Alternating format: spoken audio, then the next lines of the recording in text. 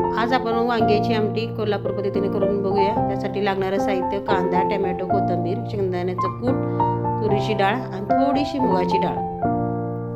आपण त्यासाठी गरम पाण्यानंतर आपण पातेलं गॅसवर ठेवलेलं आहे गरम व्हायला। त्याच्यामध्ये 2 पळ्या तेल घालून आणि त्याच्यामध्ये कांदा टाकून तेल टाकल्यानंतर आपण त्याच्यामध्ये कांदा टाकू फोडणीला। पहिल्यांदा कांदा फोडणी चांगला भाजून झाल्यानंतर चांगला लाल होईपर्यंत परतायचा आहे कांदा। तुम्ही अशी आमटी घरी करून बघा।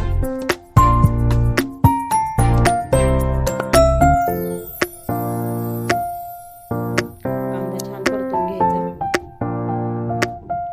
कांदा परत लाल होत आला की त्याच्यामध्ये कांदा भाजू द्यायचा।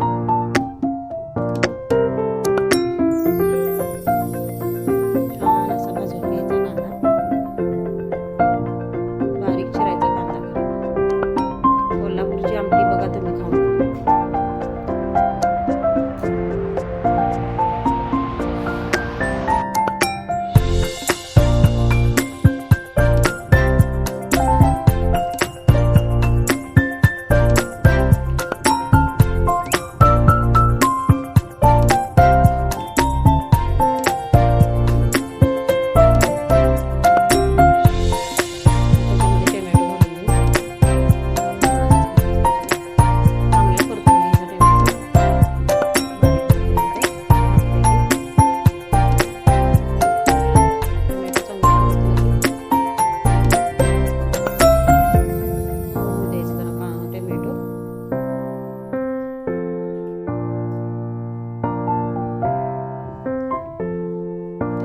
वांगी घालू आपण स्वच्छ धुवून।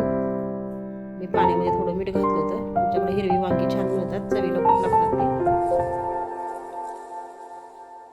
वांगी टाकल्यानंतर वांगी चांगली परतून घेऊ।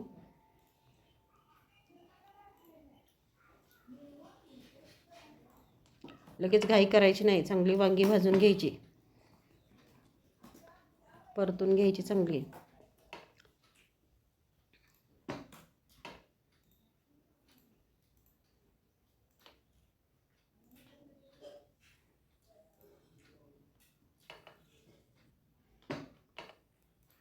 आता ह्याच्यामध्ये थोडं तिखट टाकूया। आमचं हे कोल्हापुरी मसाला आहे, चटणी।